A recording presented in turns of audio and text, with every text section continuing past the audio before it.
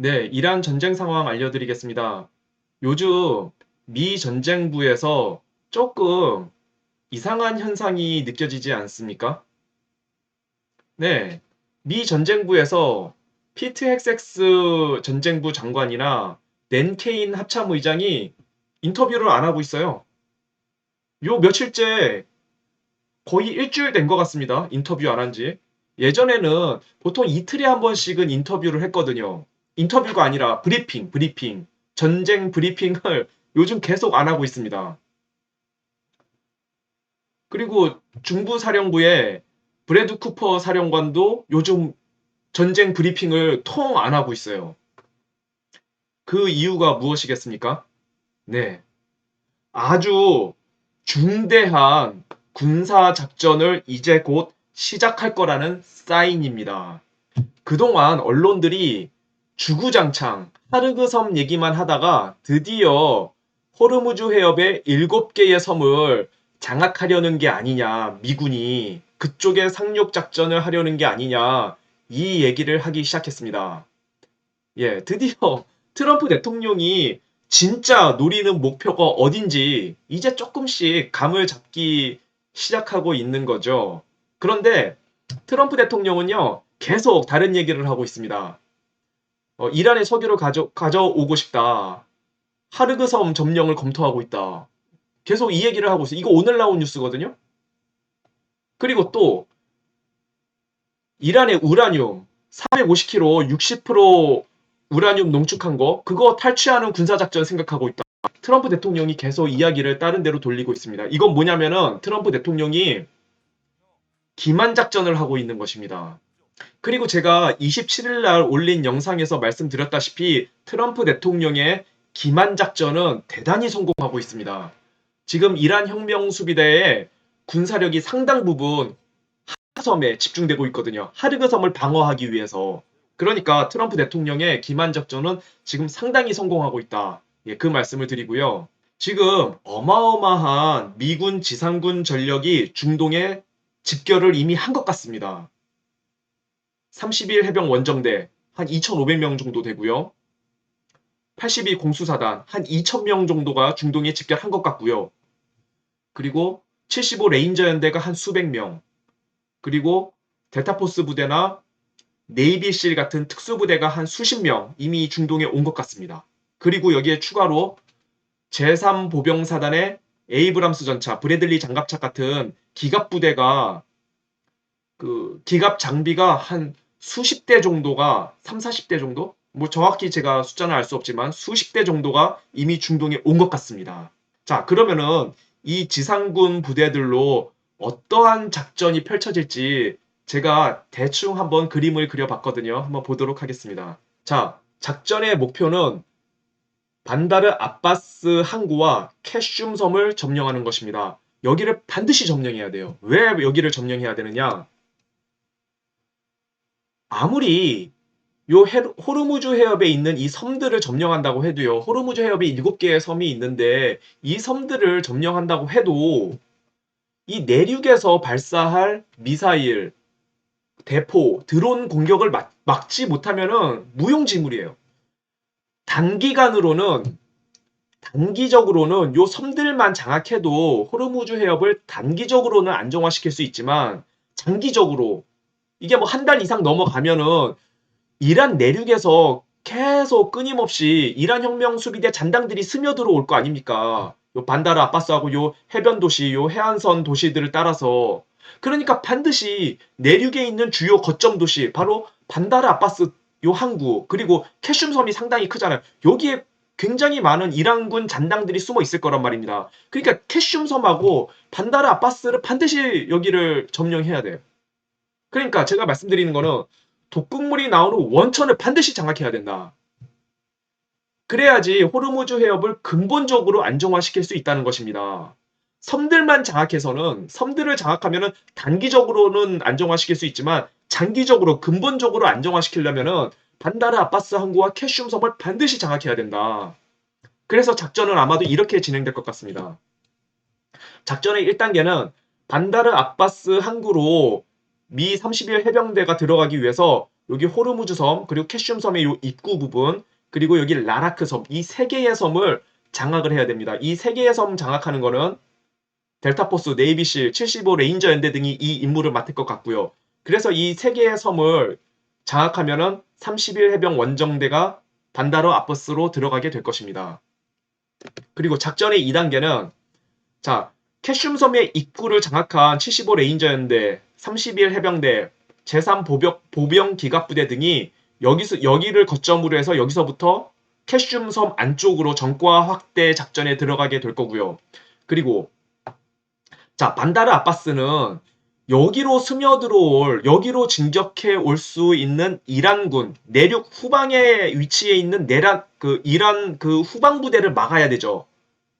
이란 내륙 후방에 위치해 있는 이란 군을 막아야 됩니다. 못 들어오게. 반다르 아바스로 못 들어오게. 그렇다면은 여기 주요 도로들을 막아야 되거든요. 그래서 여기 96번 도로, 94번 도로, 71번 도로, 또 94번 도로 오른쪽, 요런 주요 도로들을 차단해야 됩니다. 이 작전을 아마도 80일 공수사단이 하지 않을까. 왜냐면 이거는 이 도로들을 차단하려면은 내륙 안쪽으로 좀 깊이 들어가야 되기 때문에 이거는 80일 공수사단이 아마 비행기로 낙하산 공중 투하돼서 이 주요 도로에 대한 차단 작전에 들어가지 않을까 예상을 하고요. 그와 동시에 30일 해병 원정대가 반다르 아바스 점령 작전에 들어가게 될 겁니다. 그래서 30일 해병 원정대가 요 방어선을 먼저 구축한 다음에 그 다음에 요 해안선을 따라서 요쪽에 남아있는 이란 혁명 수비대 잔당들을 제거하는 작전에 들어가게 될 것입니다. 결론적으로 언론들은 이 상륙 작전에 대해서 굉장히 우려를 많이 하잖아요. 미군의 큰 피해가 벌어질 것처럼. 그런데 제가 항상 말씀드리는 거는 그렇지 않을 거라는 거예요. 왜냐하면 이미 공중을 미 공군이 완전히 장악했어요. 호르무즈 해협에. 지난 27일 날 헬세스 장관이 얘기를 했잖아요. 백악관에서 내각 회의를 할 때 호르무즈 해협에 A-10 공격기하고 아파치 헬기가 저공 비행을 하면서 마음껏 날아다니면서 공격을 하고 있다. 이렇게 A-10 공격기와 아파치 헬기들이 저공 비행, 느리게 날아다니는 이 비행체들이 날아다닐 수 있는 거는 호르무즈 해협의 방공망이 완전히 제거가 됐기 때문이다. 그 말을 했지 않습니까? 이란군이 뭐 할 수가 없어요. 호르무즈 해협을 지휘한 이란 혁명 수비대 해군 사령관이 사망했습니다. 호르무즈 해협 봉쇄를 지휘한. 호르무즈 해협 봉쇄를 지휘한 이란 사령관이 지금 사망한 상태인데 그 밑에 있는 부하들은 지금 상태가 어떤 상태이겠습니까? 통신은 다 끊겨서 상부하고는 연락도 안 되고. 그리고 좀 전에 말씀드렸다시피 미군 공군이 호르무즈 해협 상공을 완전히 장악했기 때문에 보급부대가 들어올 수도 없어요. 보급부대가 한 달 넘게 못 들어오고 있는데 호르무즈 해협을 지키는 캐슘 섬을 지키는 거기 이란 혁명수비대 잔당들이 한 달 넘게 보급품을 받지 못하고 있는데 걔네들이 어떻게 더 이상 버티겠습니까? 지금 전투 불능의 상태의 부대가 호르무즈 해협과 캐슘 섬에 남아 있을 거라는 거는 안 봐도 뻔한 사실이란 말이죠. 그러니까 미군이 상륙 작전을 시작하면요. 아마도 이란 혁명 수비대의 하급 장교들과 일반 병사들은 오히려 그거를 미군이 상륙 작전해서 들어오는 걸 더 기뻐할 수도 있어요. 그동안에는 자기 상급 지휘관들 명령 듣다가 다 죽어 나갔는데 이제 미군이 상륙 작전에서 들어오면은 미군한테 항복하면 뭐 그러면은 목숨은 살 수 있으니까 오히려 미군이 상륙 작전 들어오는 거를 더 기뻐할 수 있단 말입니다. 그리고 11 해병 원정대, 미 본토 샌디에고에서 출발한 11 해병 원정대는 4월 중순이 넘어서야 중동에 도착한다고 하는데 아마도 이 11 해병 원정대가 중동에 도착하면요. 하르그 섬이 아니라 하르그 섬 요 바로 맞은편에 있는 부쉐르항이라고 있거든요. 부쉐르항. 바로 이 부쉐르항을 공격하지 않을까 이런 생각이 들어요. 왜냐하면요. 여기가 부쉐르항이고요. 여기가 부쉐르항이고 여기가 하르그 섬이거든요. 근데 미군이 계속 여기 부쉐르항을 공격하고 있어요. 계속. 예, 이날도 부쉐르항 공격. 이날도 부셰르 항 공격. 이날도 부셰르 항 공격. 이날도. 이날 이틀 동안 안 했고 또 부셰르 항 공격. 부셰르 항 여기. 왜 그럴까? 11 해병 원정대가 중동에 도착하면은 하르그 섬이 아니라 부셰르 항을 점령할 가능성이 크다. 왜? 부셰르 항 거기 점령할 필요가 없어요. 거기 지금 이란 혁명 수비대가 와서 뭐 지뢰도 깔아놓고 만반의 방어 태세를 하고 있다고 하지 않습니까? 그러면은 하르그 섬을 점령할 필요가 없어요. 부셰르 항을 점령하면 돼. 부셰르 항을 점령하면은 하르그 섬에 대한 보급이 완전히 끊기지 않습니까? 그러면은 부셰르 항에 있는 이란 혁명 수비대는 굶어 죽든지 항복하든지 할 수밖에 없는 그냥 천에 꽂아 놔두면 되는 겁니다. 그래서 11해병 원정대가 오면은 하르그 섬이 아니라 그 맞은편에 있는 부셰르항 점령 작전에 들어갈 가능성이 굉장히 크다는 생각이 들어요. 이거는 마치 더글라스 메가도 장군이 썼던 작전하고 비슷하거든요.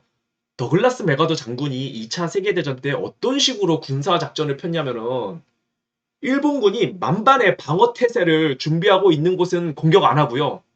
여기 일본군이 메가더 장군 부대가 들어와라 하고 만반의 방어 태세를 준비하고 있거든요. 여기는 공격 안 하고 여기를 건너뛰어요. 여기를 건너뛰고 다른 섬을 공격했거든요. 여기에 대한 점령 작전을 폈단 말입니다. 메가더 장군이. 일본군이 만반의 방어 태세를 준비하고 있는 이 섬은 건너뛰고 마치 이런 식의 작전을 미군이 실시하지 않을까 하는 생각이 들거든요. 하르그 섬 그냥 철에 건져 놔두면 돼요. 부셰르 항만 점령하면은 하르그 섬은 가만 놔두면 굶어 죽게 돼 있습니다. 아마 미군이 이런 작전을 쓰지 않을까 하는 생각이 듭니다. 자, 북부 이란 쪽에 테헤란하고 가까운 쪽에 큰 정전이 발생했다고 합니다. 예, 부분적인 정전이 발생했는데 예, 북부 이란 도시 예, 카라지하고 테헤란에 큰 정전이 발생했다고 합니다. 그러니까 미군하고 이스라엘군이 테헤란의 전력 시설들을 폭격을 한 것 같아요. 자, 이렇게 테헤란과 그 주변 주요 도시들에 대한 대규모 정전이 발생하잖아요. 전력이 끊겨서. 그러면은 당연히 이란의 시민들이 고통을 받죠. 그러나 그보다도 그곳에 있는 경찰들, 뭐 바시즈 민병대 이런 사법기구들이 상당 부분 무력화되지 않겠습니까? 바로 이란 시민들의 봉기를 유도하는 작전인 것이죠. 그래서 미군의 지상군 투입 작전이 시작되면은 이란 시민들의 봉기를 유도하는 작전이 또 같이 동시에 시작이 될 것 같습니다. 네. 이란 국민들의 해방을 위해서 기도하고 또 미군의 승리를 위해서 기도합니다. 네, 지상군 상륙 작전의 성공을 위해서 기도합니다. 감사합니다. 방송 마치겠습니다.